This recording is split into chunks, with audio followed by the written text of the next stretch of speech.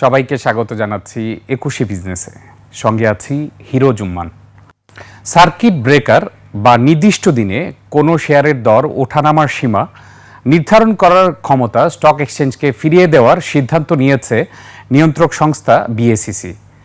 এই সিদ্ধান্তের অংশ হিসেবে ২০২১ সালের ১৭ জুন স্ট্যান্ডার্ড সার্কিট ব্রেকার বহাল করে বিএসইসি ইতিপূর্বে যে আদেশ জারি করেছিল তা বাতিল করার সিদ্ধান্ত নিয়েছে সংস্থাটি। বিএসইসি জরুরি কমিশন সভায় এই সিদ্ধান্ত হয়েছে। এছাড়া বেমেয়াদি মিউচুয়াল ফান্ডের ক্ষেত্রে কমিশনের অনুমোদন ছাড়া নগদ লভ্যাংশের বদলে ট্রাস্টিকে পুনর্বিনিয়োগ ইউনিট প্রদানের ক্ষমতা দেওয়ারও সিদ্ধান্ত হয়েছে। সার্কিট ব্রেকার কত হবে তা স্টক এক্সচেঞ্জের ১৯৯৯ সালের অটোমেটেড ট্রেডিং রেগুলেশনের ১৮ ধারায় স্পষ্ট করা আছে। এ প্রবিধান অনুযায়ী স্টক এক্সচেঞ্জের পরিচালনা পর্ষদকে বাজারে বিভিন্ন অপারেশনাল ও ট্রেডিং সংক্রান্ত নিয়ন্ত্রণ, পরিমাপ, নির্ধারণ ও সময় পরিবর্তনের ক্ষমতা দেওয়া হয়। এর মধ্যে উল্লেখযোগ্য হলো সার্কিট ব্রেকার বা কোনো শেয়ার বা কোনো সিকিউরিটির দাম দৈনিক সর্বোচ্চ ওঠানামার সীমা নির্ধারণ। দর্শক, জানিয়ে দিলাম সার্কিট ব্রেকার রিলেটেড তথ্যটি এবং আপনাদের কাছে সংক্ষেপে তুলে ধরছি। আসলে এই সিদ্ধান্তটি হচ্ছে প্রত্যেকটি শেয়ারের ইন্ডিভিজুয়াল প্রাইস ওঠানামার যে লিমিট রয়েছে প্রত্যেক দিন ট্রেডের ক্ষেত্রে, সেই সার্কিট ব্রেকারের সীমা নির্ধারণের ক্ষমতা ডিএসইকে দেয়া হয়েছে আবারও। এছাড়া আরও যে সকল তথ্য রয়েছে সেটা আপনাদেরকে জানিয়ে দিচ্ছি। প্রথমে বলে রাখছি, ঢাকা শেয়ার বাজারের এই সপ্তাহে লেনদেন ভালোই যাচ্ছে। আমরা জানি যে মঙ্গলবার ১৫০০ কোটি টাকার উপরে লেনদেন হয়েছে এবং প্রত্যেক দিন ১,০০০ কোটি টাকার উপরে লেনদেন হয়েছে এবং সূচক অবস্থান করছে ৫,৭৬২ পয়েন্টের কিছুটা উপর অথবা নিচে, যেমন এখন ১৪ পয়েন্ট কমে গিয়েছে ৫,৪০০, আমরা জানি ৫,৭৫০-এর আশপাশে রয়েছে। এছাড়া আরও যে সকল গুরুত্বপূর্ণ তথ্য রয়েছে এই সপ্তাহে, যে সকল আপডেট রয়েছে এগুলো আপনাদেরকে জানিয়ে দিচ্ছি। প্রথমে গুরুত্বপূর্ণ তথ্য হচ্ছে বিএসইসি চেয়ারম্যান তিনি জানিয়েছেন যে আইপিও আসার যে প্রক্রিয়া ৩ মাসের মধ্যে নামিয়ে আনা হবে। এছাড়া আপনারা জানেন যে মাননীয় প্রধানমন্ত্রী জনাব আমির খসরু মাহমুদ চৌধুরী উনি জানিয়েছেন যে এর আগে এস আলম গ্রুপের মালিকানা নিয়ে যে ইসলামী সম্মিলিত যে ব্যাংক রয়েছে, সম্মিলিত ইসলামী ব্যাংক, এই ব্যাংকে যে একটি গুজব ছিল যে আগের মালিকানা ফেরত পাওয়া যাবে, অর্থাৎ আগের মালিকরা পুনরায় আসতে পারবে ব্যাংকিং রিজলিউশন অধ্যাদেশ অনুযায়ী, এটি কিন্তু ক্লিয়ার করে দিয়েছে এরকম কোনো বিধান থাকবে না ব্যাংকিং রিজলিউশন অধ্যাদেশ অনুযায়ী।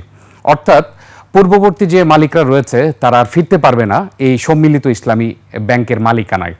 এছাড়া আরও কিছু গুরুত্বপূর্ণ তথ্য এই সপ্তাহে রয়েছে। এর মধ্যে রয়েছে ডিএসই থেকে কিছু ড্রাফট করা হয়েছে, খসড়া তৈরি করা হয়েছে এবং বিএসইসিকে পাঠানো হয়েছে।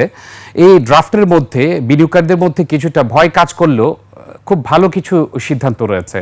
যেমন আপনাদের কাছে তুলে ধরছি যে টানা ৫ বছর যদি কোনো কোম্পানি ডিভিডেন্ড না দেয়, ৩ বছর যদি এজিএম না করে, তারপর দেখা যায় যে ডিএসই আবেদন করতে পারে কোম্পানিটিকে তালিকাচ্যুত করার জন্য। এক্ষেত্রে বিএসইসির অনুমোদন ছাড়া কোম্পানিকে তালিকাচ্যুত করা যায় না। এক্ষেত্রে ডিএসইসি অর্থাৎ ঢাকা স্টক এক্সচেঞ্জ এখন যে নতুন নিয়মের কথা বলছে, এক্ষেত্রে বাধ্যতামূলক করা হবে যদি কোম্পানিগুলো এই প্যারামিটার ফলো না করে। তবে এক্ষেত্রে ২ বছর কোম্পানিকে যেন পুনর্বাসন করা যায় এই সুযোগও যেন দেওয়া হয়, এটির আবেদন করা হচ্ছে। অর্থাৎ ৫ বছর যদি কোম্পানি কোনো ডিভিডেন্ড না দেয়, ৩ বছর যদি এজিএম না করে, তারপরে সুযোগ দেওয়া হবে ২ বছর যেন কোম্পানিটি পুনর্বাসন করতে পারে এবং পুনর্বাসন যদি না হয় তারপর এই কোম্পানিটিকে একেবারে তালিকাচ্যুত করা হবে এবং এই সিদ্ধান্ত এবং এই ক্ষমতা যেন দেওয়া হয় ডিএসইকে। এছাড়া আপনারা জানেন যখন তালিকাচ্যুত হয় তখন ক্ষতিগ্রস্ত হয় সাধারণ বিনিয়োগকারীরা, কারণ এই কোম্পানিটি যদি তালিকাচ্যুত হয় অথবা ওটিসিতে স্থানান্তর করা হয় তখন কোনো ধরনের ক্রেতা পাওয়া যায় না, সেক্ষেত্রে বিনিয়োগকারীদের অনেক অর্থ স্টাক হয়ে থাকে। সেই ক্ষেত্রে এই ব্যাপারেও বলা হয়েছে যে যদি কোনো কোম্পানি তালিকাচ্যুত হয়ে থাকে, সাধারণ বিনিয়োগকারীরা যে পরিমাণ শেয়ারের ক্ষতির সম্মুখীন হবে সেই পরিমাণ শেয়ার ওই কোম্পানির উদ্যোক্তা পরিচালকদের বাইব্যাক করতে হবে। অর্থাৎ যদি কোনো কোম্পানি এই নির্দিষ্ট কারণগুলোর কারণে, অর্থাৎ ৫ বছর ডিভিডেন্ড না দেওয়া, ৩ বছর এজিএম না করা, তারপর ২ বছরেও যদি রিভ্যালুয়েশন করে নতুন করে পুনর্বিন্যাস করে যদি কোম্পানি আগের অবস্থানে ফিরে না আসতে পারে, যদি তালিকাচ্যুত হয়, সেই ক্ষেত্রে ওই কোম্পানির ক্ষতিগ্রস্ত শেয়ার হোল্ডারদেরকে উদ্যোক্তা পরিচালকদের কাছ থেকে অর্থ দিয়ে শেয়ার কিনে নিতে হবে। অর্থাৎ বাইব্যাক করে দিতে হবে। এই যে প্রবিধানগুলো রাখা হয়েছে, বাজার বিশ্লেষকরা বলছেন যে এগুলো পুঁজিবাজারের জন্য খুবই গুরুত্বপূর্ণ সিদ্ধান্ত হবে যদি এগুলো বাস্তবায়ন হয়। যদিও এটি খসড়া হিসেবে বিএসইসিকে জানানো হয়েছে, সিদ্ধান্ত আসবে বিএসইসির উপর। তবে আমরা দেখতে পাচ্ছি কিন্তু যে বিএসইসি থেকে এখন পুঁজিবাজারের প্রতি পজিটিভ ইন্ডিকেশন দেওয়া হচ্ছে। যেমন গতকাল আপনারা জানেন সার্কিট ব্রেকারের যে সিদ্ধান্ত, সার্কিট ব্রেকার নিয়ে ক্ষমতা দেওয়া হয়েছে ডিএসইকে অর্থাৎ ঢাকা স্টক এক্সচেঞ্জকে। এখন চাইলে ঢাকা স্টক এক্সচেঞ্জ নিজেরাই নির্ধারণ করতে পারবে কোন কোম্পানির শেয়ার কত % আপ ডাউন হতে পারবে। তো সব কিছু মিলে কিন্তু পুঁজিবাজার নিয়ে সবাই খুব আশাবাদী এবং এর প্রভাব আমরা দেখতে পাচ্ছি এই সপ্তাহের লেনদেনে। এই সপ্তাহে মঙ্গলবার 1500 কোটি টাকা লেনদেন হচ্ছে। যদিও বাজার বিশ্লেষকরা বলছেন বর্তমান যে মার্কেটের ডেপথ রয়েছে সেই ডেপথ অনুযায়ী লেনদেন হওয়া উচিত 2000 কোটি টাকা, যা হয়তো আমরা খুব শীঘ্রই দেখতে পাবো। ক্রমান্বয়ে হয়তোবা লেনদেনের গতিটি বাড়তে থাকবে এবং সূচকও 5700 ক্রস করেছে, 6000 কাছাকাছি খুব শীঘ্রই চলে যেতে পারে। আরেকটি বিষয় হচ্ছে মার্কেট ক্যাপিটালাইজেশন। আপনারা দেখতে পাচ্ছেন গত কার্যদিবসে 6,98,000 কোটি টাকার কিছুটা উপরে ছিল।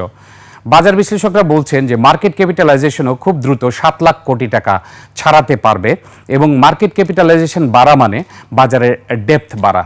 এখন আমরা দেখে নিতে চাই বর্তমান সূচকের অবস্থান কেমন রয়েছে। মোট লেনদেন হওয়া কোম্পানিগুলোর মধ্যে কতগুলো শেয়ারের দর বৃদ্ধি পেয়েছে, কমেছে এবং আজ টপ ট্রেডে কারা রয়েছে। আমরা অপেক্ষা করছি ঢাকা শেয়ার বাজারের সূচক টপ ট্রেড দেখার জন্য।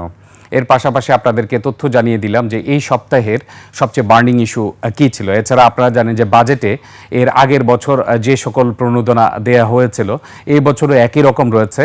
তবে বাজার বিশ্লেষকরা বলছেন যে পুঁজিবাজারে কোনো কোম্পানি তালিকাভুক্তি হলে সেক্ষেত্রে কোম্পানি যে কর ছাড় পাওয়া যায় সেটি পুঁজিবাজারে ভূমিকা রাখবে নতুন নতুন কোম্পানি আসার ক্ষেত্রে।